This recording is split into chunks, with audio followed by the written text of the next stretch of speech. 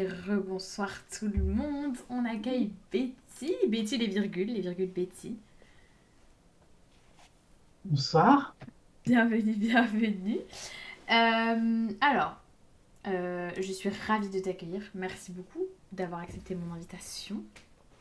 Mais avec grand plaisir, ça faisait longtemps que j'espérais que cette invitation viendrait. Non mais évidemment, j'étais obligée de t'inviter. J'attendais peut-être une petite sortie livresque, même si il n'y a pas forcément besoin de sortie, parce que tu as déjà publié plein de choses. Mais là, avec la sortie de No Sex Club et l'Ouest Hurlant qui venait juste de passer, c'était l'occasion. C'est vrai. Comme ça, on fait deux en un. Hop, comme une petite capsule pod de la machine à laver. On fait tout en un. Eh bien, peut-être que tu peux te présenter pour des personnes qui ne te connaîtraient pas encore. Tout à fait. Je m'appelle Betty Piccioli. J'ai quel âge? Attends. Non, je viens d'avoir 32 ans. Déjà, J'ai je quel ne pas âge? poser de mon âge. Je viens d'avoir 32 ans. Je suis autrice depuis 2018. Mon premier roman est sorti en 2018. Là, je sors le neuvième et le dixième quasiment en même temps, puisqu'il y a No Sex Club, mais il y a aussi Urbex Mortel. Je fais ma pub au passage, Bah, t'as raison, t'as raison. qui est un livre dont vous êtes le héros. J'écris surtout côté fantasy, fantastique, enfin imaginaire, quoi. Mm. Euh, la plupart du temps pour la jeunesse. Ça m'arrive d'écrire pour les ados, mais aussi pour les plus jeunes. Et euh, depuis quasiment un an maintenant, je suis directrice littéraire de l'Ouest Hurlant. Donc, il y a un festival des littératures de l'imaginaire qui se passe à Rennes et on avait la deuxième édition fin avril 2023. Voilà. Voilà, ce qui fait beaucoup pour une seule personne, mais Oui. c'est tout en même temps. Donc c'est trop, trop cool. Pour les personnes qui ne sauraient pas ce que c'est, enfin même moi en fait, je sais à peu près ce que c'est, mais en vrai, c'est quoi être directrice littéraire? Euh, c'est moi qui vais faire la programmation du festival, donc dans la partie littéraire, parce que c'est un festival qui a aussi une partie plus euh, audiovisuelle, il y a une partie ludique, euh, il y a d'autres choses, il y a pas, c'est pas que un festival littéraire. Donc moi, je fais vraiment la programmation littéraire, c'est moi qui invite les auteurs et autrices et qui décide quels auteurs et autrices j'invite en dédicace. Mais du coup, j'ai aussi fait toute la programmation des tables rondes et des rencontres qui étaient pendant le festival, même s'il y avait un peu de transversalité avec les autres pôles, notamment le pôle audiovisuel. Mais du coup, c'est moi qui ai choisi les thématiques des tables rondes, quels auteurs et autrices allaient sur quelle table ronde. Euh, les nouveaux formats aussi qu'on a pu tester, et puis les modérateurs, ce genre de choses. Donc voilà, moi j'avais tout ce volet-là. Et je suis aussi beaucoup en lien avec, forcément, avec les auteurs qu'on invite et les maisons d'édition de ces auteurs et autrices. Cette année, j'ai aussi un peu, euh, comment dire, supervisé les prix littéraires en fait qu'on a à l'Ouest Hurlant. Ok. Euh, Pas tous, mais une grosse partie. Et j'étais dans le jury de deux des prix littéraires, Ok. parce que ça me permettait aussi de lire pour le festival. Il y a aussi tout un travail forcément de veille de mon côté, de lecture, de se tenir au courant des actualités littéraires des différents auteurs et autrices du milieu de l'imaginaire. Voilà, ce genre de choses qui est un peu en fond toute l'année. Ah, ça fait quand même un gros boss parce que entre lire, programmer, voir ce qui se passe, etc., c'est quand même énorme. Euh, Ça a été quoi ton parcours? Comment t'es arrivée jusqu'à directrice littéraire? Bah, honnêtement, alors c'était un truc que j'avais très envie de faire depuis quelques années. En Ok. fait, depuis les premiers festivals que j'ai fait, genre c'était les Imaginales en 2015. Ok. Moi, j'avais une autre carrière avant, dans ce milieu-là. Mais j'adorais écrire et donc oh il y a ma maman dans le chat. Ah, trop mignon. Bah bonjour. Bonjour la maman Euh, de Betty. Ici on dit beaucoup de bêtises, je suis désolée d'avance. la pauvre. Non, ça va, elle est Tenez-vous le habituée. chat à partir de maintenant. Mais du coup, j'étais dans un autre milieu, donc le milieu politique, et c'était pas un truc. Enfin voilà, ça me plaisait beaucoup pendant très longtemps, mais finalement, voilà, je me suis pas mal lassée. Ok. J'écrivais à côté depuis que je suis toute petite. J'ai toujours adoré écrire, donc c'était un truc qui revenait un peu dans ma vie. Il y a eu un moment où je me suis dit, bah, faut vraiment que j'en fasse mon métier, donc j'ai beaucoup écrit. J'ai réussi à me faire éditer, donc ça m'a quand même pris 3 ans, et 4 ans même. Et donc j'ai commencé à faire pas mal de festivals dans le but d'être édité, donc en 2015. Et je me suis dit, c'est trop trop bien les festivals, j'adore ça. Sachant que je faisais déjà un peu d'événementiel et c'était un truc qui me plaisait beaucoup aussi avant dans ma carrière politique, puisque je bossais pour des élus, donc ça m'est arrivé d'organiser des événements pour eux et tout. Ok. Donc je me disais, ouais, un jour peut-être, ce serait cool. Sachant que en parallèle, j'ai aussi fait du syndicalisme avec la Ligue des auteurs professionnels, organisé notamment les lives de la Ligue des auteurs. Donc il y avait une vingtaine de lives qu'on a fait sur un an. Donc voilà, j'ai pas mal bossé sur, on va dire, un renouvellement possible de comment on se présente au public et comment on peut être un peu plus attractif côté auteur et autrice. Hmm. Ok. Il y a eu aussi, ça va être moins rigolo, mais il y a eu aussi l'affaire Marsan Hmm. moi j'étais très très impliquée dedans avec Mediapart. Hmm. Donc j'ai aussi beaucoup réfléchi sur ce qu'on pouvait améliorer dans nos festivals Hmm. pour que ce genre de choses ne se reproduisent pas. Donc il y avait un moment où forcément je me disais c'est bien de réfléchir, c'est bien d'avoir des trucs que tu mets en place, enfin que tu peux penser à mettre en place, mais ce serait bien d'aller plus loin. Mais j'avais pas d'opportunité parce qu'il y a pas beaucoup de directeurs littéraires en France, puisque il faut des festivals et il y a des places qui se libèrent, etc. Hmm. Euh, et en fait, quand l'Ouest Tournant a posté, mais vraiment, enfin, presque par hasard, j'ai vu un tweet de leur part disant qu'ils allaient, qu'ils cherchaient quelqu'un, du coup, ce qui était assez inattendu, même pour eux à ce moment-là. Je me suis dit, bah, pourquoi j'essaye pas? Ouais, bah ouais.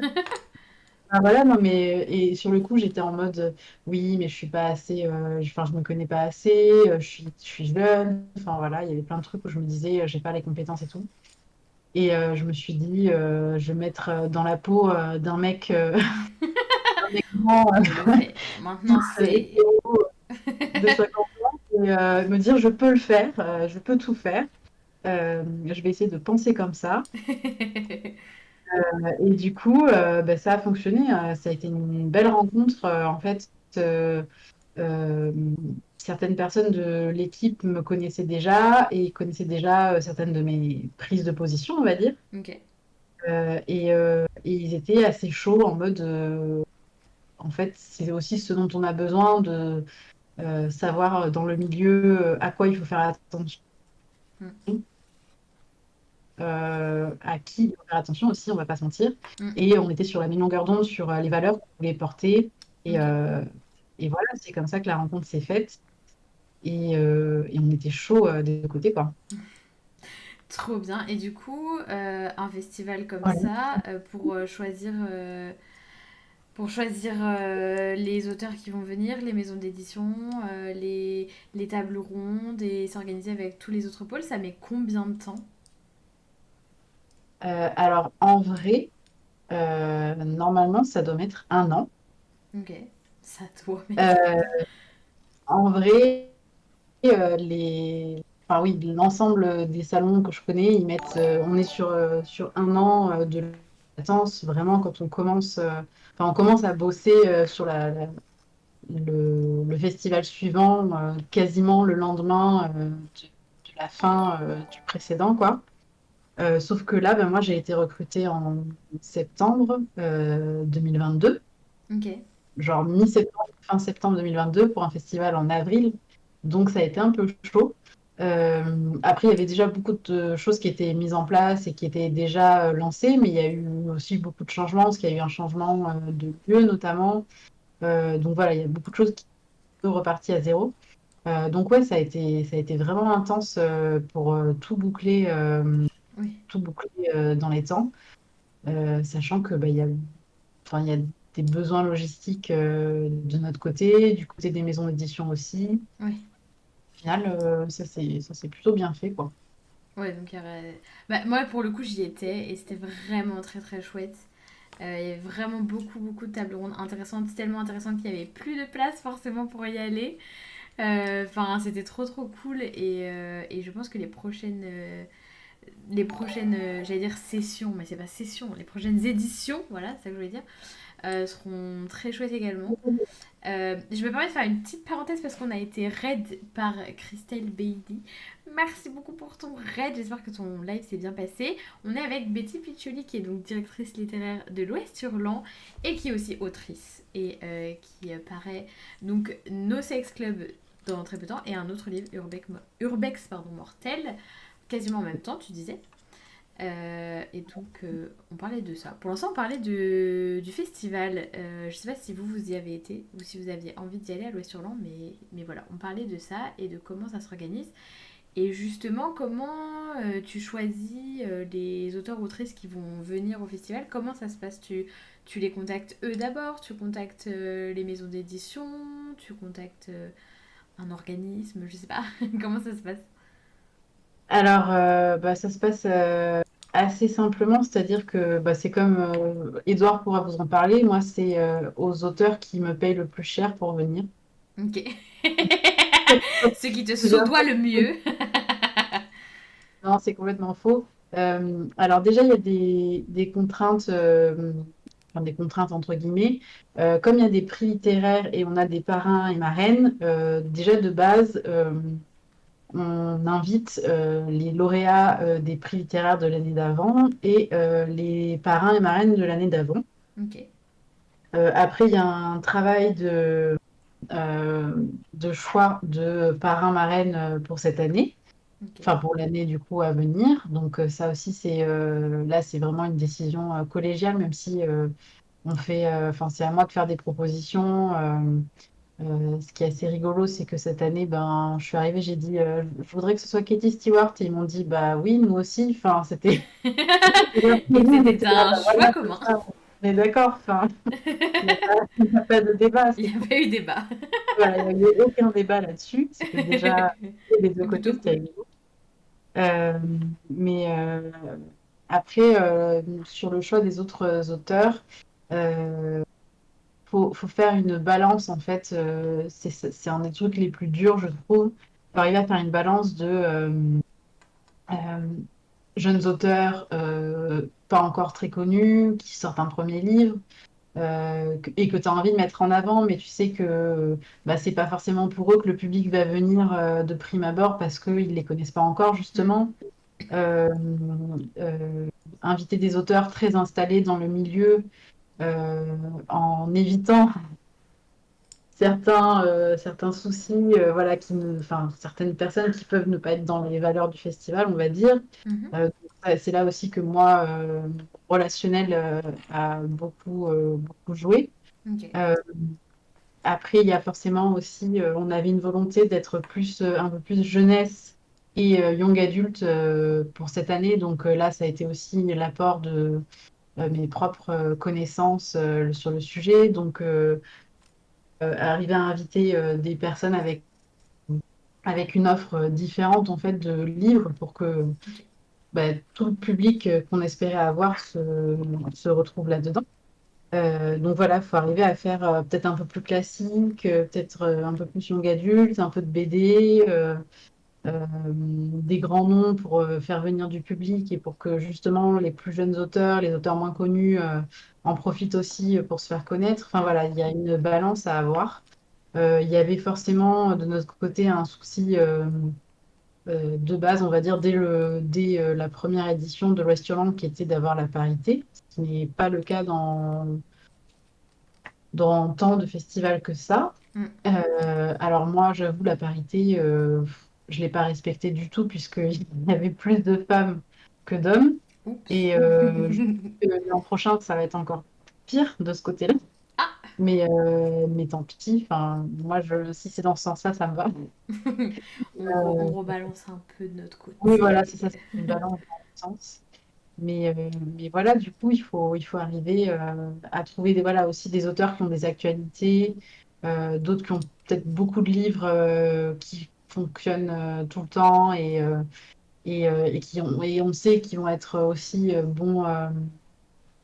des bons clients, entre guillemets, pour les tables rondes, etc. Des Oui. gens qui ont des choses à dire, même Après, si il y a plus de femmes aussi peut-être parce que en jeunesse, les femmes sont beaucoup plus classées jeunesse young adulte en oui, imaginaire. après, honnêtement, on n'a pas fait, enfin, on a vraiment balancé pour qu'il y ait et de la jeunesse et de l'adulte, qu'il y ait du young adulte, voilà, Ok. qu'il y ait un peu de tout. Euh, c'est juste que, bah, j'avoue, moi, je lis, à part deux ou trois auteurs, je lis quasiment que des femmes. Donc forcément, je vais peut-être plus aller vers des femmes niveau Invité, ouais. inspiration, euh, même s'il y a des exceptions. Et puis, ouais, en fait. Il y avait quand même une volonté de ne pas avoir toujours les mêmes personnes qu'on voit aussi beaucoup dans d'autres festivals, même si bien entendu on en a aussi qui font beaucoup de festivals et qui sont un peu des incontournables. Perso, je me vois pas, enfin, je n'imagine pas un festival sans Estelle Faye par exemple. Oui. Voilà, il y a des gens comme ça, ou même Lionel Davoust. Enfin voilà, c'est des gens qui font un peu partie du paysage dans le bon sens du terme, qui se renouvellent beaucoup, et qui écrivent beaucoup et qui voilà, enfin moi que j'aime beaucoup en tant que personne et en tant qu'auteur, donc voilà. Euh, je sais plus pourquoi je disais ça, mais, Bah mais du après coup, pour les ouais, invitations, enfin ça c'est les personnes que tu invites, mais si jamais il y a des maisons d'édition qui viennent, eux ils peuvent aussi proposer à leurs auteurs de venir, donc c'est pas forcément non plus que toi. on a pas mal de stands. Alors, on a été aussi assez victime de notre succès sur les stands cette année, parce qu'on a eu, enfin, on avait une quarantaine de stands possibles et je crois qu'on a eu 10 demandes, donc ça a été très compliqué de faire du tri, enfin, de choisir en fait Ouais, qui était enfin, tout le monde était légitime à venir dans les stands, donc voilà, il a fallu il faire fallait des faire un choix. choix au bout d'un moment. C'était un peu compliqué de manière générale, tous les choix qu'on a eu à faire cette année, mais c'est un peu le jeu des festivals. Et du coup, oui, bien entendu, les maisons d'édition peuvent amener leurs auteurs sur leur stand. Après, forcément, il y a beaucoup de maisons d'édition qui m'ont proposé des auteurs. Mm. Euh, Après, c'était libre à moi de dire oui ou non. Il y Ok. a eu plusieurs auteurs et autrices où j'ai dit oui parce que le travail me semblait intéressant et que ça m'a aussi fait quelqu'un. Mm. Euh, euh, et et d'autres, ben, c'était pas possible. Déjà, on n'avait plus de place. Ouais. Il faut savoir qu'on a d'auteurs à l'Ouest-Irlande, donc c'est pas beaucoup. Enfin, c'est plus que d'autres festivals, hein, On n'a pas mais entendu les chiffres parce que ça a sauté. Tu dis il y avait combien d'auteurs? une trentaine d'auteurs Ok, cités par le festival. ok, Après, dans les maisons d'édition, on était plus à. Je crois en tout, il y avait 90 auteurs supplémentaires dans les stands, en fait. ok. Euh, Parce qu'en fait, l'Ouest-Hurlan reste quand même un petit festival avec pas beaucoup de moyens. Mm. Donc, je sais qu'on est beaucoup comparé à des plus gros festivals et c'est très bien. Mais du coup, il y a une attente envers Ouais. nous enfin, tout le monde a envie de venir, côté auteur et autrice. Euh, et ben, on n'est pas les Imaginales, on n'a pas 90 invités, on n'est pas les Utopiales, on n'a pas, Mm. pareil, 90 ou 100 invités, malheureusement. On aimerait bien, mais là, j'avoue, je pense qu'il faudrait que je le fasse à temps plein et qu'on ait des salariés en plus.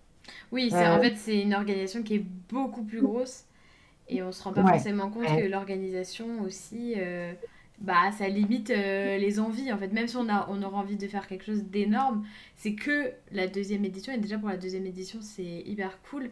Donc il faut aussi que ça se construise petit à petit et que voilà, C'est pas non plus des attentes inimaginables. Ouais, c'est ça. Il faut se dire que c'est un festival qui est géré par une association, donc par des bénévoles Mm. qui bossent énormément sur le festival, mais qui ont aussi bah, une vie à côté, des boulots à côté, des familles à côté. Donc moi, enfin, ils m'ont recruté pour ça, donc je suis la seule personne à être payée avec aussi Solène qui fait l'affiche. Ok. Euh, mais toutes les autres personnes impliquées dans l'Ouest Hurlant, dans l'organisation, sont bénévoles. Donc on est limité par les moyens humains qu'on a, et le nombre de Mm. bénévoles et de gens qui sont capables à l'année de s'organiser, d'organiser un peu leur vie autour de ça. Mm. Et on est très très dépendant forcément, puisque c'est un festival qui est gratuit. On est dépendant des subventions publiques. Donc Ouais. il y a un énorme travail tout au long de l'année de recherche de financement, Oui. notamment. Et c'est compliqué. C'est honnêtement très compliqué. C'est l'administration française, c'est un plaisir. Oui, donc là, déjà c'est très long. Et puis en Ouais. plus, c'est le côté, il y a tout l'aspect politique qui entre en jeu. On l'a vu, bah, ça a été assez médiatisé, par exemple, en Auvergne-Rhône-Alpes. Euh, ça y est, j'ai oublié son nom. Enfin, le président, qui est hyper connu d'ailleurs, il a sabré, Wauquiez, il a sabré des centaines de milliers d'euros de subventions à des événements culturels qui pourtant sont des événements hyper importants dans la région. Enfin voilà, et en fait, c'est un truc que tu retrouves un peu au niveau national parce qu'il y a de moins en moins de subventions possibles. Ouais. Et en Bretagne, il y a beaucoup de festivals Ouais. et beaucoup de demandes. Et du coup, il faut arriver à faire un peu sa place. Donc voilà, on est très dépendant de tout ça. Il y a aussi des subventions au niveau national.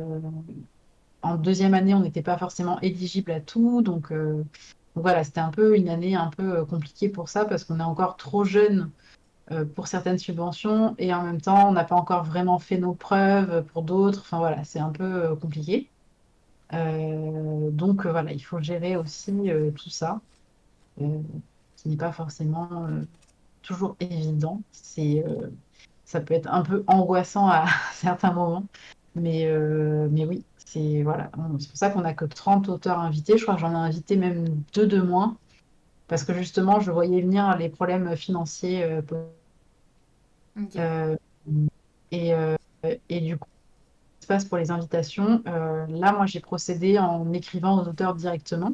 Ok. Et une fois qu'ils m'ont dit oui, j'ai écrit à leur maison d'édition parce que le deal que nous, on met en place, alors ça dépend des festivals, mais c'était nous, on paye largement sur place la nourriture et bien entendu les interventions des auteurs en salon. Ok. Et la maison d'édition prend en charge le transport. Ok. Voilà, donc la maison d'édition puisse, ça a quelques petits soucis pour certaines, dus notamment au délai. D'accord. Euh, Certaines n'avaient pas forcément prévu ça dans leur budget. Enfin voilà, il y a eu des petits couacs par rapport à ça. Ok. Donc je pense que pour l'année prochaine, enfin pour cette année du coup, je procéderai pas forcément comme ça. Soit je ferai ça conjointement, maison d'édition et auteur en même temps, soit d'abord la maison d'édition. Voilà, je vais voir comment je vais faire, mais pour faire en sorte que tout le monde soit content à la fin, sachant que pour les maisons d'édition, c'est cool d'avoir leurs auteurs en salon, mais voilà, on était aussi un petit salon pas connu, donc et certaines n'ont pas forcément vu l'intérêt d'envoyer des auteurs chez nous, euh, ce que je comprends tout à fait. Il y a d'autres événements concurrents Hmm. en même temps, donc voilà, tout le monde ne peut pas se dédoubler et faire tous les salons, tous les week-ends, donc Ouais. parfois c'était un peu compliqué. Au final, enfin voilà, on a eu peu de déconvenus par rapport à des auteurs qui devaient venir. Donc c'est plutôt bien dans l'ensemble. Ouais, ça s'est super bien passé, j'ai eu l'impression. Enfin, moi, du côté visiteur, en tout cas, ça s'est hyper bien passé.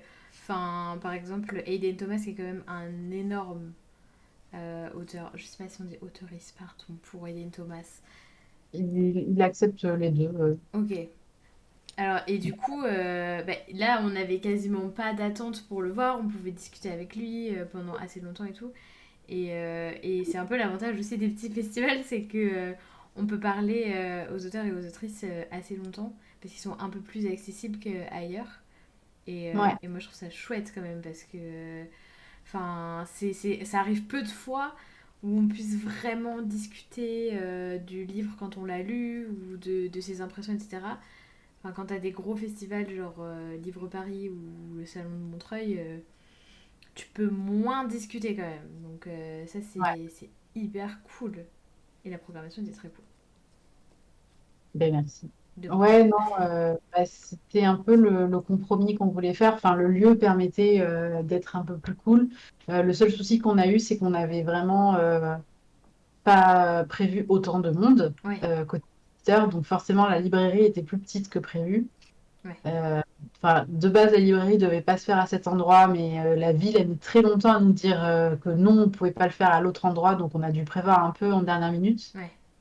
Euh, voilà, on aurait aimé dans un espace plus grand pour la librairie pour que ce soit un peu plus confortable pour tout le monde. Et ben, pour Aiden Thomas, on a su assez tard qu'il pouvait venir. Ça faisait un moment qu'on était en discussion avec ActuSF Ok. et il y a eu des petits soucis de santé. Du coup, on croyait que c'était mort. En février-mars, on pensait que c'était mort et on a eu la bonne nouvelle fin mars, je crois. Donc, on était hyper contents que Ouais, finalement ça puisse se faire. ouais. Euh, C'était très cool de la voir. C'était vraiment très cool. Oui, je cite cet auteur parce que c'était un des plus connus, mais évidemment, il y avait plein d'autres auteurs-autrices qui étaient trop chouettes. Moi, que j'avais déjà rencontrés, mais qui sont trop trop cool, genre Aurélie Wallenstein, Ariel Holz, qui sont quand même maintenant des grands auteurs francophones dans l'imaginaire. Bon, moi, ça me fait toujours plaisir d'aller les voir, quoi, mais j'imagine que pour des personnes qui auraient pas encore pu les rencontrer, bah là, de pas avoir beaucoup d'attentes pour les voir, c'est trop chouette. Donc, Ouais. donc ça, c'est trop cool. Est-ce que pour les tables rondes, c'est pareil, c'est toi qui fais tout toute seule ou vous faites des brainstorming, etc. Parce que franchement, je trouvais ça hyper original, toute la production, enfin toute la programmation, pardon, des tables rondes et c'était hyper cool. J'ai pas pu tout faire, mais franchement, c'est rare que dans un festival, je me dise, vas-y, j'ai envie d'aller à toutes les tables rondes. Alors, les tables rondes, j'ai commencé à les préparer très en avance. Je crois que j'ai commencé à faire des brouillons en octobre-novembre. Ok, Il faut savoir que l'Ouest Hurlant, enfin en tout cas, moi tel que je le conçois et l'équipe aussi, on est sur un truc vraiment très horizontal, c'est-à-dire qu'il n'y a pas de chef, il n'y a pas, enfin voilà, il n'y a pas de hiérarchie. ok, Donc en fait, on a comment ça s'appelle, un Google Doc partagé où on ok, met tout ce qui est de l'ordre de l'organisation. Donc en fait, tout le monde peut à peu près tout voir en même temps. Donc moi, très vite, je leur ai dit, bah voilà, j'ai fait un doc avec mes propositions de table ronde. Vous pouvez rajouter des trucs. Enfin voilà, tout le monde était libre de venir voir. Au final, il y a eu peu de suggestions et d'ajouts de la part de l'équipe, à part ben, le côté audiovisuel où il y avait l'idée d'intégrer leurs invités dans la prog, donc, pas de problème. Moi, assez vite, j'ai proposé des concepts à l'équipe, notamment les battles, ok. donc, qui étaient que j'ai eu envie d'inventer, enfin, que j'ai inventé du coup pour le festival. Je voulais un Ok. truc un peu plus ludique, voilà, un truc où le public participe. Ouais. Et ça a donné ce truc assez rigolo et qui a bien fonctionné au final. Il y avait aussi tout ce qui était des cartes blanches, où là, j'ai fait confiance à d'autres personnes pour ajouter euh, leur touche personnelle dedans, notamment aux parrains-marraines. Donc ça aussi, ça a donné du contenu assez original. Et sur les tables rondes en elles-mêmes, en fait, ma volonté, c'était vraiment de sortir des tables rondes un peu bateau qu'on voit dans pas mal de festivals et d'aller plus en profondeur, en fait, dans les thématiques. d'avoir des thématiques un peu plus fun et d'autres plus politiques, plus profondes. Euh, voilà, et sans que ce soit des thèmes déjà vus et revus 1000 fois, genre les femmes dans la fantaisie. Oui. Les autrices, non mais les autrices en trois, waouh, super génial. Euh, ou, Ouais. tu vois, enfin voilà, enfin, Oui, éviter les clichés un peu qu'on a l'habitude de voir. Bah non, bah donc là, ça, du coup, ça a donné des trucs super cool, hein. bah merci. Moi, j'avais Ça fait vraiment. aussi partie de beaucoup de discussions qu'on a eues en fait avec d'autres autrices des années. Ouais. Et en fait, j'avais aussi fait un truc où là, c'est encore une fois mon point de vue d'autrice qui a parlé, où en fait, on m'a jamais demandé quand j'étais invitée sur des festivals sur quoi j'avais envie d'intervenir et sur quoi j'avais pas envie d'intervenir. Ouais. Donc, en fait, bah, moi, j'ai fait un petit questionnaire pour tous mes invités et je leur ai dit bah, sur quoi vous vous sentez compétent, sur quoi vous avez envie d'intervenir et sur quoi vous n'avez pas envie, vous vous sentez pas compétent. Hmm. Et en fait, j'ai respecté ces demandes. Bah, des trucs tout simples, mais tu as des auteurs et autrices qui sont racisés et qui te disent ben, j'en ai marre on me fait sur la diversité, donc j'ai pas envie d'intervenir là-dessus. Et ben, en fait, je comprends tout à fait et je respecte. Et du coup, bah, il n'y avait pas de table ronde diversité, mais en fait, du coup, ces auteurs-là et autrices ont pu juste bah, parler de leur bouquin sans que ce soit avec ce prisme-là Ouais. et Ouais. Je vois ce que parler tu de veux dire. leur point de vue forcément différent de celui d'une personne blanche. Hmm. Mais voilà, sans que ce soit le truc le plus. Enfin, sans que ça vienne au centre, Oui. en fait. Oui, sans Et toujours avoir les mêmes questions qu'on pourrait, par exemple, transposer avec les femmes. Et ça fait quoi d'être une femme qui écrit dans la fantasy? ça, en fait. Et ben voilà, j'ai tout simplement écouté les auteurs. Pareil, certains ont parlé de sujets, enfin, on dit qu'ils avaient envie de parler de sujets où je m'y attendais pas. Et je me suis dit, ben, en fait, ça ferait une bonne table ronde, ça. Et du coup, ben, certaines tables rondes sont aussi arrivées par là. Ok. Et il y a aussi des tables rondes où c'est vraiment juste les lectures les lectures des livres des auteurs où je me suis dit, mais il y a vraiment cette thématique super forte, ce Hmm. serait cool d'avoir une table ronde là-dessus. Donc ouais, c'était un peu une inspiration au fur et à mesure de l'année qui s'est écoulée. Et avec la contrainte très forte du Tetris de l'horreur, c'est-à-dire de tableur où je dois voir qui va où Ouais. en fonction des disponibilités des salles, des tarifs auxquels on paye les auteurs, de la charte, euh, et puis du budget, Bah oui, forcément, du coup. des horaires d'arrivée, de départ des trains, enfin voilà, il y a des choses comme ça, et du coup, bah, il a fallu faire des adaptations en fonction de ça, Faut et être ça a donné extrêmement organisé. ouais, franchement, dans ma vie perso, je suis pas du tout organisée, je suis vraiment très nulle, mais genre, ça fait partie des trucs où je suis vraiment nulle.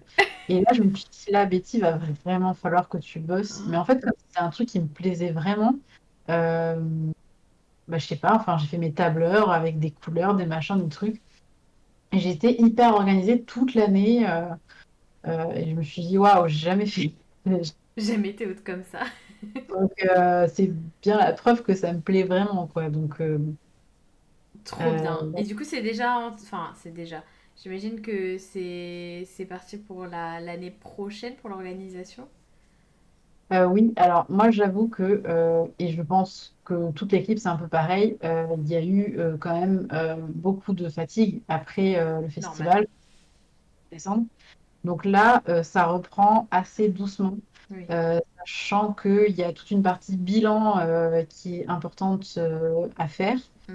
euh, que ce soit pour certains des organismes qui nous ont financés, Mm. que ce soit pour le public, pour nos partenaires. Enfin voilà, il y a plein de choses à faire pour l'équipe en interne.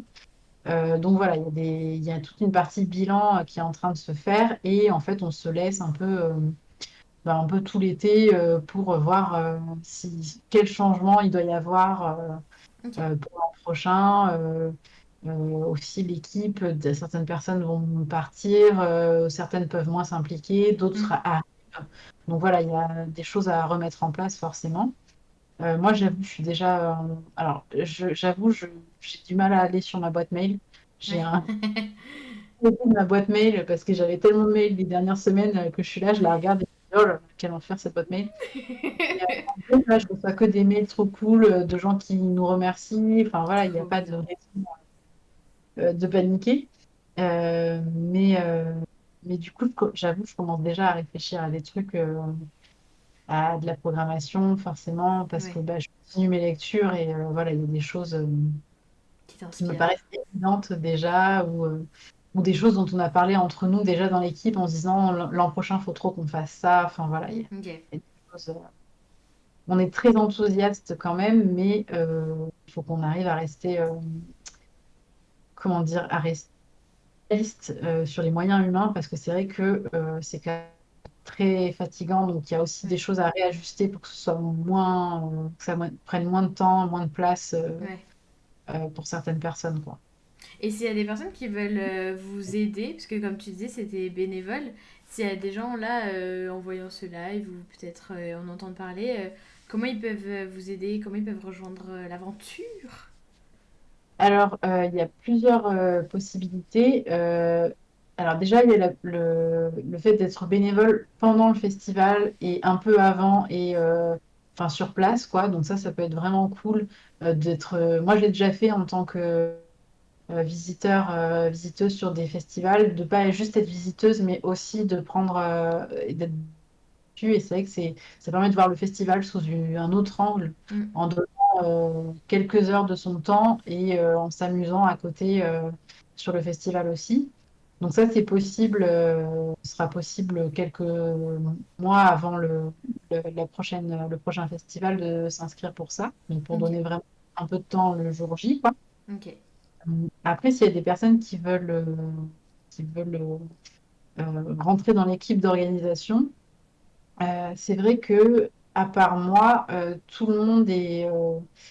Ouais, si, oui, oui, non, tout le monde est sur Rennes ou Ok. alentour, parce qu'il y a quand même un besoin bah, de se voir en vrai. Enfin voilà, Ouais. moi je suis sur Bordeaux, mais je fais plusieurs allers-retours pour, voilà, pour avoir des vrais moments avec tout le monde. Et il y a aussi un besoin d'être là plusieurs jours à l'avance pendant le festival. Enfin bref, il faut.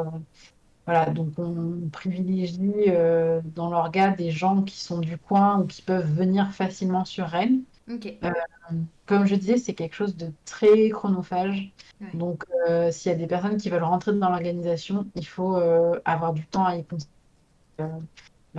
Genre vraiment plusieurs heures par semaine pendant un an. Donc voilà, ça prend du temps. Euh, Après, on a des besoins particuliers. Il y a plusieurs pôles en fait qui s'organisent. Comme je disais, c'est un rapport très horizontal, donc il n'y a pas d'histoire De euh, chef. un tel décide, etc. Ok.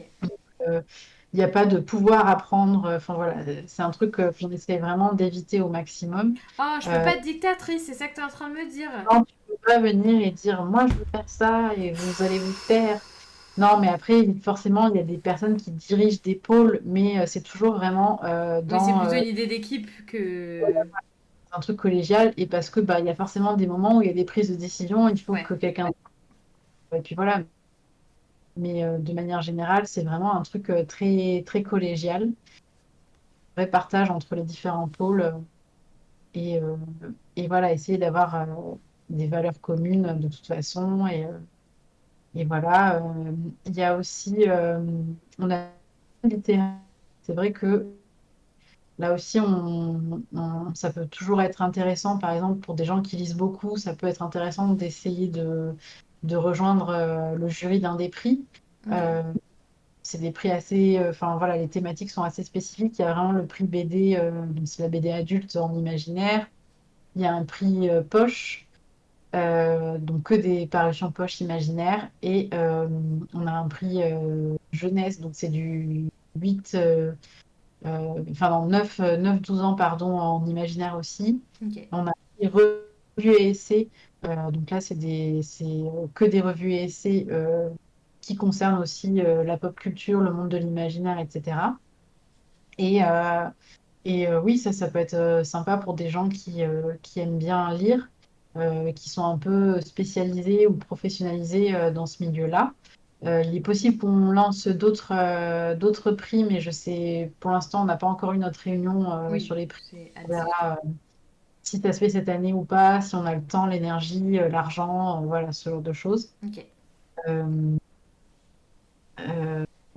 et voilà, en fait, il y a pas mal de façons de s'impliquer. Il ne faut pas hésiter à écrire un petit message sur les réseaux sociaux à l'Ouest Hurlant et s'il y a des, enfin, voilà, des gens qui peuvent s'ajouter, pourquoi pas, franchement, tant que ces personnes-là ont la même volonté, les mêmes valeurs, Mm, etc., ça c'est cool. Euh, il y a des personnes dans l'organisation qui font des choses très spécifiques mm. euh, et qui s'engagent pas forcément sur les autres pôles par manque de temps ou de compétences, et c'est très bien aussi. Donc, ouais, faut pas hésiter à voir et à demander où est-ce qu'il y a un besoin. Moi, j'avoue, je me suis beaucoup. Enfin, j'ai essayé de m'impliquer dans les autres pôles, notamment à mon arrivée. Là, je le ferai un peu moins parce que bah, ça fonctionne très bien. Enfin, ils n'ont pas besoin de moi. Ouais. Euh, et moi, ça me libère un peu de temps. Oui. Il y a une confiance mutuelle et euh, voir ce qu'ils font et les encourager, c'est cool. Mais je vais pas forcément pouvoir m'impliquer dans tous les pôles autant l'année prochaine. Voilà. Ok. Donc bah pour suivre Loé Surlan, on peut suivre ça sur les réseaux sociaux, j'imagine.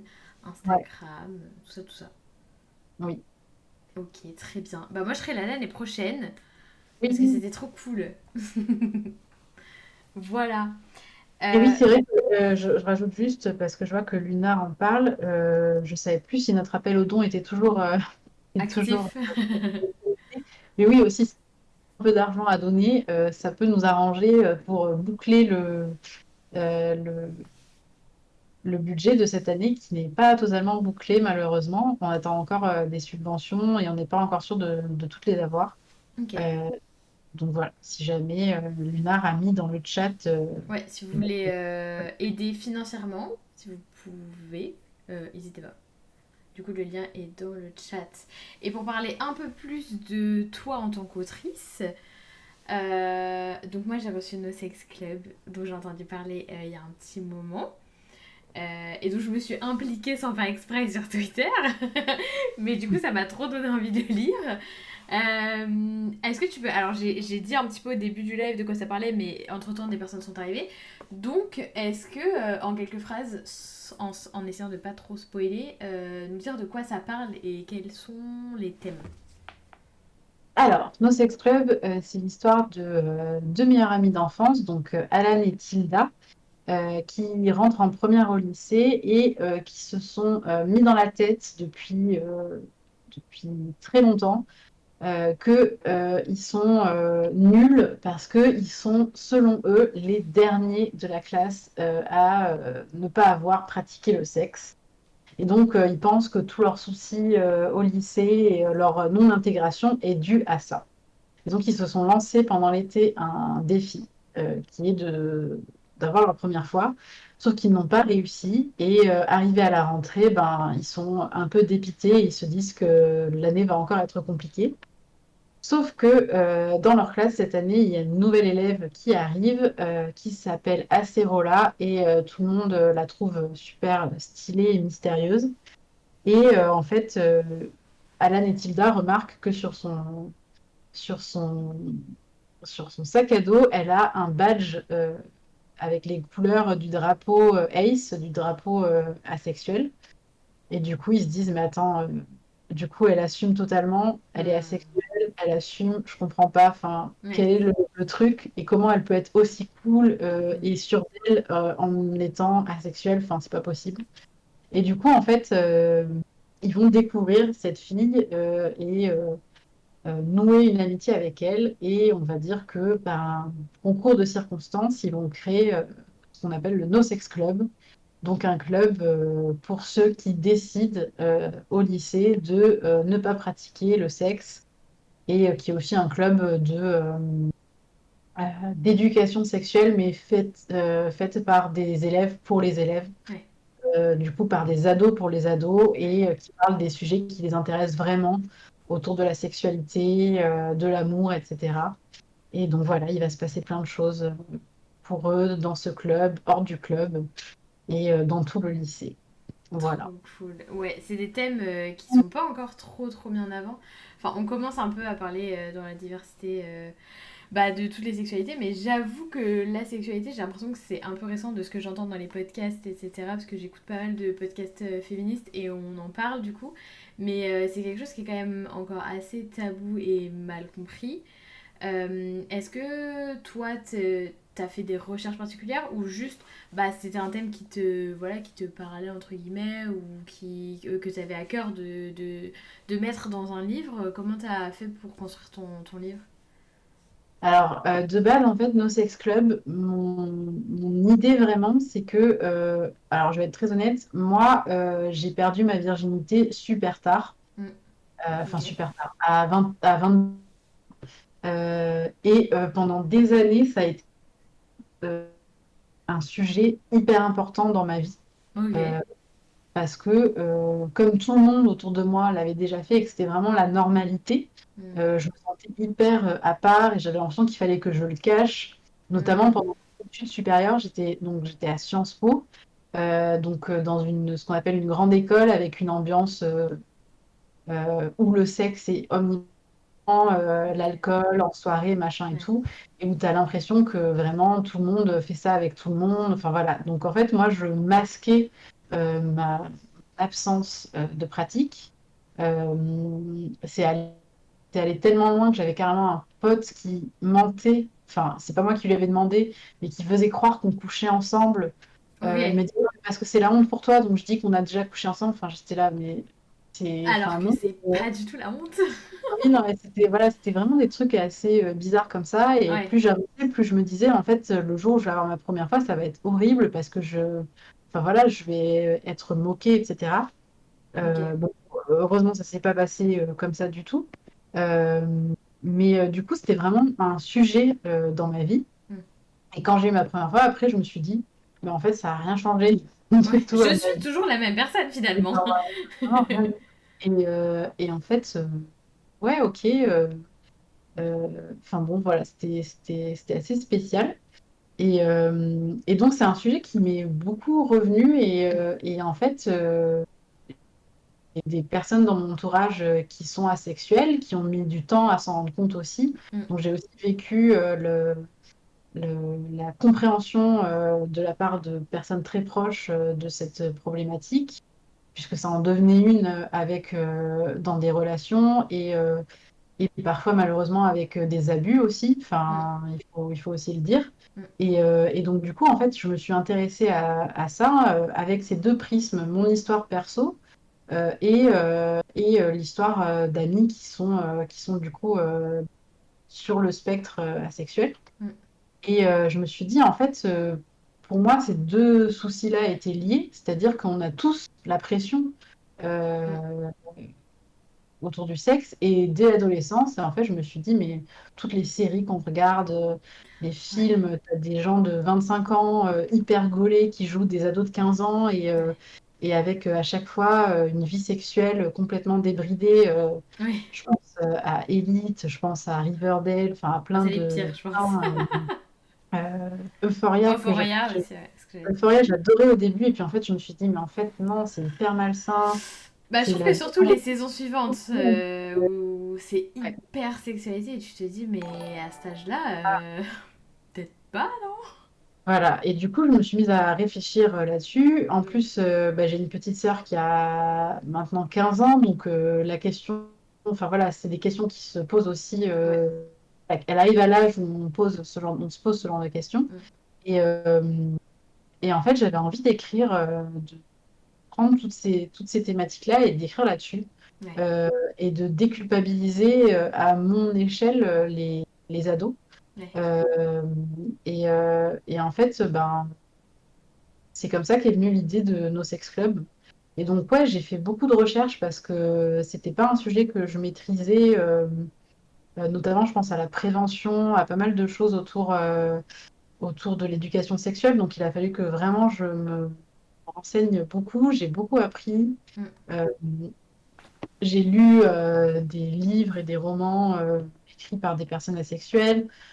J'ai aussi écouté des podcasts. Enfin, voilà, il y avait plein de choses différentes avec des vécus différents, Ouais. de personnes à des âges différents. Ça m'a aussi éclairé sur euh, que moi-même j'ai pu ressentir dans des relations et tout. Enfin, voilà, c'est assez.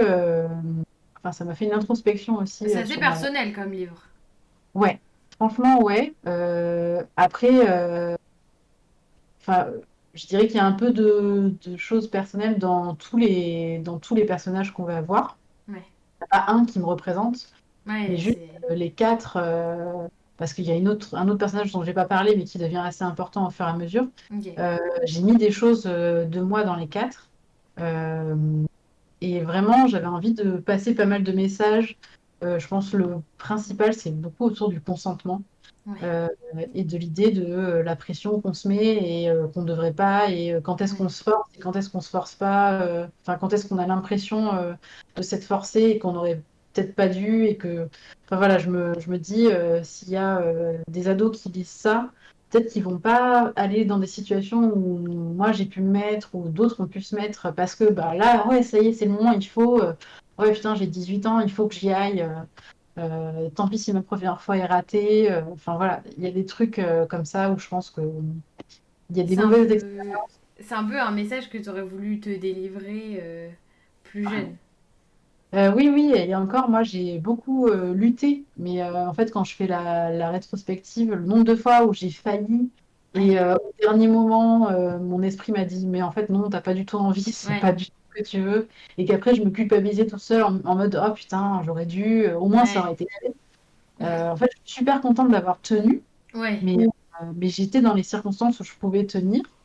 Et je sais que d'autres n'ont pas ce choix du tout, et Mm. que parfois certains ont été plus insistants que d'autres, et que voilà, Mm. enfin, c'est beaucoup de circonstances pas forcément super dans ce genre de situation. Donc, euh, donc voilà, je voulais vraiment avoir ce message-là. De toute façon, il y a beaucoup de mes livres où je me dis, j'écris enfin, il y a une thématique, c'est ce que j'aurais aimé lire à tel âge en fait. Ouais. Euh, et Après, chaque j'avais lu par exemple Chromatopia et Robustia, mais qui sont dans des univers beaucoup plus imaginaires, beaucoup plus enfin, fantastiques, dystopiques, entre guillemets. Donc, ça, il y a des messages forcément, mais ils peuvent être compris un peu en deuxième lecture. Là, c'est quand même beaucoup plus concret. Enfin, c'est. Oui, oui, là j'avoue que j'avais vraiment envie de faire déjà un feel-good contemporain. Ouais, Euh, il y en a quelques-uns que j'ai beaucoup aimés, que j'ai lus un peu tardivement. Je pense à la trilogie de Samantha Bailly, Nos âmes jumelles. ok. Euh, et en fait, je me rappelle que je lui avais dit d'ailleurs que c'est un livre que enfin, c'est une trilogie que j'aurais aimé lire à 16-17 ans, pour plein de raisons Ouais, de se donner de l'espoir, on va dire, pour la suite, et se dire, bah, en fait, euh, enfin, je pense qu'à l'adolescence, il y a énormément de moments où on se sent seul dans une situation, ouais. alors que pas du tout. Il y a plein d'autres gens qui vivent la même chose. Mm, Il y a toujours ce truc où on a l'impression d'être le seul à vivre un truc, ouais. alors que pas du tout. Et, euh, et donc, bah, j'avais envie d'écrire un bouquin qui donne cet espoir alors oui, là, tu as l'impression d'être dans une situation qui n'a pas de solution, de te sentir mal par rapport à un truc, de te sentir différent. Mais tu vas voir, ça peut s'arranger et ça ira mieux après. Et en fait, il y a plein d'autres gens qui sont comme toi, et c'est pas grave, en fait. Ouais, il y avait beaucoup de ça là-dedans. En plus, bah, j'ai pu explorer d'autres choses. Par exemple, bah, Alan, il est gay, mais il est gay. Enfin, il a déjà fait son corps, ça se passe bien, mais il se pose des questions aussi sur son genre, sur Ok. comment il peut s'habiller, comment il est perçu par les autres, beaucoup. Et Ok. ça aussi, je trouvais ça intéressant de pas forcément toujours parler de coming out, Mm, mais de parler d'autres questions qu'on peut se poser mm. aussi sur sa propre identité. Ouais, clairement. Hors de ça, en fait, au-delà de ça. Ouais. Euh, ouais. Ouais, Et mais je trouve ça trop cool que moi, personnellement, j'ai fait un coming out hyper tard. Mais je pense que si j'avais lu des livres comme ça plus tôt, tu vois, peut-être je l'aurais compris plus tôt. Parce que rétrospectivement, tu sais, je me dis, mais ça, c'était quand même un indice assez clair. Donc, ouais, c'est des livres qui sont hyper importants à cet âge-là. Et du coup, je trouve ça trop, trop ouais. chouette. Et ça s'est passé comment pour la publication? Est-ce que tu as contacté la maison d'édition en question? Est-ce que tu avais déjà écrit le roman? Tu l'as juste pitché? Alors, juste, je reviens sur le truc du coming out tardif. Oui. Moi aussi, Let's franchement, go! je reviens à 25 ans en mode toute seule devant, en mode, ah mais en fait, mais Betty, tu aimes bien les filles aussi en fait, c'est débile. Et tu retraces tout ton truc de Oui, vie. c'est ça, tu retraces toute ton histoire, mais tu te dis, ah, mais ok. Mais j'étais débile, j'étais si naïve. Je remontais à genre 3 ou 4 ans, je suis là, mais Betty, mais c'est pas possible. Mais du coup, On y là, ressemble. ouais, ouais. Mais oui, j'aurais bien aimé. Je pense que si j'avais eu plus. C'est pour ça que d'ailleurs, dans Chromatopia et dans Robustia, et surtout dans Chromatopia, il y a l'un des personnages principaux est sexuel, parce que si j'en avais vu plus, je me serais dit sûrement, ah, ça existe. Ah, mais attends. Ah, mais Ah, mais en fait, attends, peut-être mais que c'est possible! On n'est pas obligé de choisir un camp! Putain! c'est ça. Enfin, ça. Mais du coup, en fait, j'avais l'idée d'écrire un bouquin sur, euh, sur ce que je disais tout à l'heure, c'est-à-dire la première fois tardive et Ouais. la pression qu'on se met à cet âge-là au lycée. Mm. Euh, J'avais déjà des petites idées, je connaissais déjà dans ma tête le personnage d'Acerola, je voulais vraiment que ce soit la figure euh, contre-cliché de la personne asexuelle où on se Ouais. dit elle est forcément coincée, Ouais. enfin, voilà, tous les clichés qu'on a qui Ouais. peuvent être hyper lourds. Je me suis dit, je veux que ce soit la meuf la plus cool du lycée, que tout le monde l'admire, qu'elle soit hyper bien dans sa peau, hyper sûre d'elle, enfin voilà, tout le contraire des clichés qu'on a sur la sexualité.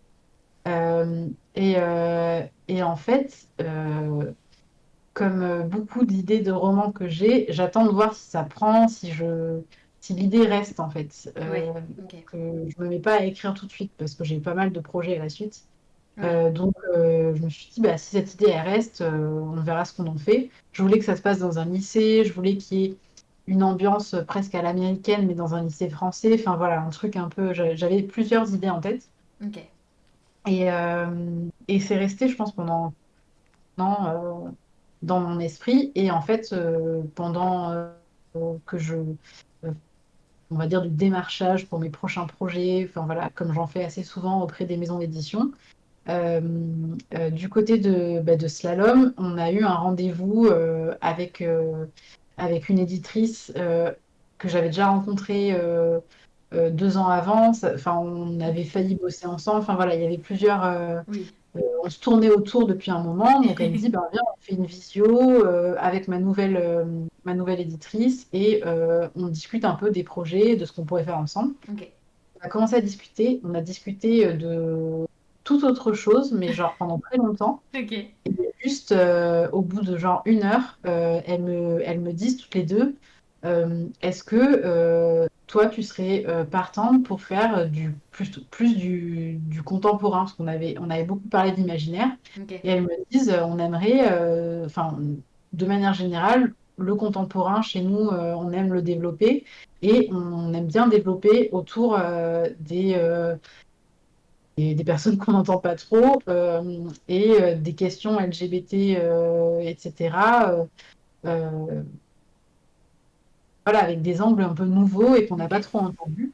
Et donc là, je me dis, putain, j'ai quand même cette vieille idée. Je leur dis, oui, j'ai une idée. Mais à ce moment-là, je savais pas trop comment articuler le truc. Et donc, Ok. en fait, j'ai juste déballé l'idée. Et elles m'ont dit, ah oui, on aime bien.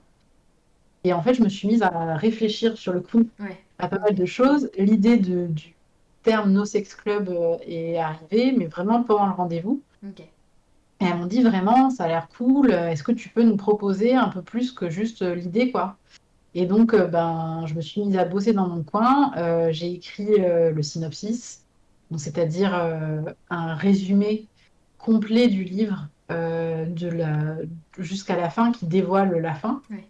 Je me suis mise j'avais même bossé sur un petit dossier. J'ai écrit le début. J'ai écrit deux ou trois chapitres pour montrer un peu comment je verrais les choses. Et je leur ai envoyé. Et du coup, au bout de quelques semaines, on a discuté de choses à changer, à modifier, qui leur plaisaient pas trop. Elles avaient raison. Et on a du coup un peu discuté. Et elles m'ont dit, bah, Banco, on y va. Nous, on est prêts à signer sur ce bouquin. Ok. Et donc, bah, on a signé un contrat et on s'est mis d'accord sur une date de publication, une date d'écriture forcément. Ok. Et voilà, ça c'était il y a un an. Ouais, c'est ça, il y a un peu plus d'un an. Ok. Voilà. Et ça s'est fait comme ça. Donc c'est une commande, mais de quelque chose qui vient de moi, que j'ai proposé moi et qui me tient vraiment à cœur, quoi. Oui, c'était déjà un début d'idée et en fait que tu as pu explorer parce que tu as eu cette opportunité-là finalement. Ouais, c'est ça. Ok. Ok. Mais du coup, ça, c'est hyper différent. Enfin, tu as publié énormément de choses très différentes. Est-ce qu'il y a d'autres projets que tu as envie d'explorer qui Oui. soient peut-être différents ou qui se rapprochent de quelque chose que tu aurais déjà fait? En ce moment, il y a plein de projets, mais pour l'instant, il n'y en a aucun où j'ai un truc concret. Donc là, en ce moment, je suis un peu dans un entre-deux. Ok. Euh, il faut savoir, j'ai une agente littéraire, donc je bosse avec elle maintenant depuis un moment. Et donc, en fait, elle a envoyé mes différents projets à plein de gens. Ok. Il y a des pistes, mais rien n'est encore fait. Je bosse toujours sur mon tout premier roman, qui était en fait une trilogie, donc mes trois premiers romans, qui vont vraisemblablement. C'était des trucs que j'écrivais quand j'avais 12-13 ans et que j'ai réécrit plusieurs fois, donc c'est très vieux. Trop Euh, fou! ouais, c'est un truc de fou. Et maintenant, c'est devenu en gros du post-apo avec de la magie Ok. et du voyage temporel. Ok. Donc j'aime trop toujours cette histoire et il est possible que je l'écrive, mais plutôt en faisant un gros pavé plutôt qu'une trilogie avec trois petits livres. Ok. Donc voilà, à voir. J'ai un projet potentiellement de petite saga pour, euh, pour enfants, genre à partir de 8-9 ans, Ok. illustré, un peu comme, enfin, ça se fait pas mal, c'est des petits tomes et t'en Mm. as 4 ou 5. Voilà, j'ai une idée qui pop depuis quelque temps et j'aimerais bien la mettre en place, ce serait de l'imaginaire. Ok. Il faudrait Euh, trouver un illustrateur ou une illustratrice pour travailler avec toi. ouais, c'est ça. Ok. Mais après, ça peut se faire avec la maison d'édition directement. Hmm. Ok. Propose des noms qu'elle a déjà. Je vais pas Euh, te proposer parce que je dessine vraiment comme un enfant de 2 ans et demi. Ça ne peut pas être pire que moi, ne t'inquiète pas. Du coup aussi, bah, j'avais un très vieux projet. S'il y a des gens dans le chat qui me suivent depuis longtemps, avec justement Sita, donc qui dessine très bien. Et on avait un projet qui s'appelle Trois femmes qui, sur des femmes qui auraient dû entrer dans les livres d'histoire et voilà, qui n'y sont pas Ok. on raconte l'histoire du point de vue de trois enfants, Ok. avec à chaque fois des thématiques. Donc ça, on avait tenté de le publier en 2019 et 2020, on n'a jamais réussi. Et en fait, mon agente a vraiment eu un coup de cœur sur le projet, donc elle retente Ok. de manière un peu différente, avec des stratégies différentes. Enfin voilà, donc Ok. peut-être que ça va se faire. Ok. Et enfin, j'ai aussi un projet de roman qui s'appelle de romantaisie. Oh, the Euh, love. Ça, j'aime bien, qui s'appelle La Ville Oracle, Ok. euh, qui est un monde de fantaisie où le tarot est au centre de la vie de tout le monde. Ah, j'adore. Euh, voilà, je kiffe bien ce projet, Ok. euh, avec une héroïne bisexuelle, bien entendu, parce que non, Pourquoi s'arrêter là? voilà, Et du coup, bah, voilà, c'est des gros projets. Donc ça, ce serait plus young adulte. Voilà, Il y a beaucoup de choses quand même. mais j'ai pas, moi, en fait, j'ai pas de style défini, de genre défini. C'est en Ouais, fonction t'aimes du. bien explorer des trucs et selon ce Ouais, que t'as envie et que t'as comme idée finalement. ouais, exactement. Je ne m'interdis rien.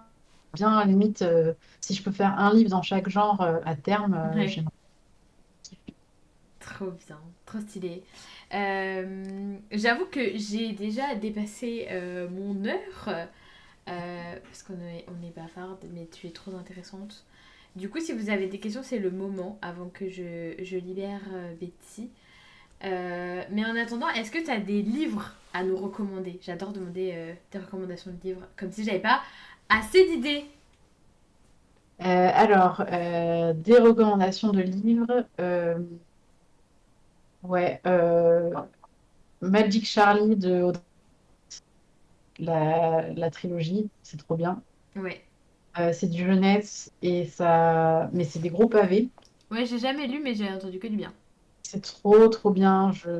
Tu passes vraiment du rire aux larmes. C'est trop trop bien. Euh, c'est dans un monde magique qui rappelle d'autres mondes magiques qu'on connaît bien, mais en mieux, Ok. euh, avec de bonnes valeurs. Donc moi, ça me va bien. Et dernièrement, j'ai lu, ah mais j'arriverai jamais à dire son nom. Donc c'est du thé pour les fantômes de Chris Vukiesnik. Alors je sais jamais comment le dire. Alors moi, je Plus suis la pire pour les noms. j'ai Donc, honte, c'est mes origines aussi, mais voilà.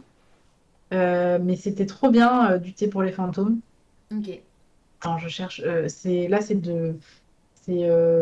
du réalisme magique, on va dire euh, adulte, mais Ok.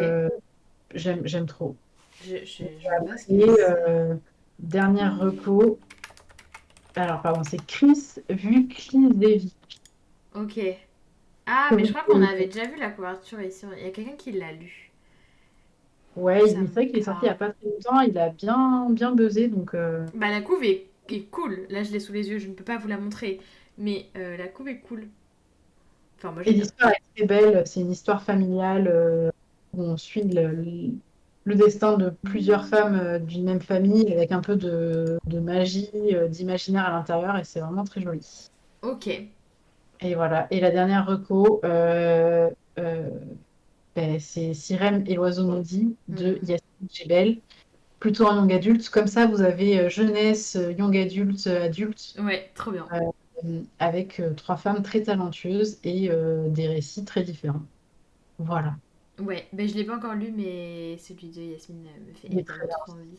D'autant plus que je l'ai rencontrée à l'Ouest-Hurlant et qu'elle est trop cool. et qu'elle est trop cool. Elle est belle et très gentille. Donc que Moi, des raisons de lire ce qu'elle écrit. je lui ai dit il n'y a pas très longtemps, je lui ai dit, est-ce que tu peux m'apprendre à faire des boucles à peu près, enfin, ça donnera jamais comme toi, mais je sais pas, aide-moi. Aide-moi, s'il te plaît, apprends-moi. Et toi, c'est magnifique. Comment fais-tu? De fou, je suis grave d'accord. Et est-ce que tu as des actualités où est-ce qu'on peut te voir? Alors, déjà, je suis marraine des Aventuriales. Ok, Donc, c'est en Auvergne euh, en septembre. ok. C'est un festival littéraire qui est vraiment trop cool. C'est un festival d'imaginaire. Je sais que l'Auvergne, c'est loin, mais franchement, ça vaut trop le coup, je trouve, comme festival. C'est pas à côté, hein, c'est où? Mais l'endroit est sympa et vraiment, le festival est cool. Ouais. J'avoue que pour l'instant, c'est un peu la seule chose. Je pense que je serai à Montreuil. J'espère quand même qu'en ayant eu deux sorties dans l'année, j'aurai quand même Montreuil. L'an dernier, j'ai pas pu y aller parce que à cause de la grève des trains. Mais je Ah, soutiens la grève, bien entendu. oui, Mais, mais c'était mais mal bon, tombé. voilà, j'avais un peu les boules. Ouais. Mais du coup, j'espère que je serai à Montreuil cette année. Euh, et après, pour l'instant, j'ai pas grand-chose d'autre de prévu. Donc il faut pas te louper. Il faut aller aux Aventuriales et ou à Montreuil si Ouais, vous je voulez pense. voir Betty. Et ben Peut-être écoute, que si vous avez des librairies à côté de chez vous qui veulent m'inviter, n'hésitez pas. Mais oui, franchement, demandez à vos libraires. j'ai rien eu de spécial. Enfin, j'ai pas eu de demande récente pour la fin de l'année. Ok, Ah, bah si, peut-être. pardon, attends. Si j'ai un... Merde, j'avais oublié. J'ai un festival. début septembre, à côté de Bordeaux. Ah, bah tu joues local. Ouais, à Bègle. Ok. Euh, donc, je vais réaliser le rêve de Chimène Ah, de faire un festival à Bègle. J'espère qu'on va me servir de la morue. Euh, voilà, Bègle, la morue. Pour ceux qui connaissent pas Bègle, vous ratez quelque chose. bah moi je ne connais pas en tant que parisienne snob. Forcément, je connais pas.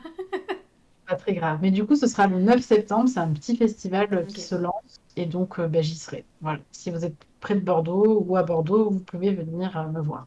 trop bien. Et bah trop cool. Mais moi je pense que je te verrai à Montreuil probablement. Tout à fait. Vu que moi je joue local à Montreuil. Donc c'est plus pratique pour moi. Et bien merci beaucoup. J'ai même pas pu poser toutes mes questions parce qu'on était trop bavardes, mais je vais pas te retenir indéfiniment avec moi. Pas Euh, grave. c'est pas grave, je te reposerai des questions pour t'embêter une autre fois. Je Ça pourrais marche. t'embêter une autre fois. Merci beaucoup d'être venu sur la chaîne. On a appris plein de trucs. Et merci de m'avoir invité. C'était très sympa. Je suis contente si ça t'a plu et que ça s'est bien passé pour toi. Et ben passe une très douce soirée. Fais une petite caresse à ton chien parce que Betty elle a un chien qui est très mignon. Donc vous savez qu'on est team chien. Et bah oui, je te souhaite une très douce soirée. À très vite. Toi aussi. Ciao tout le monde.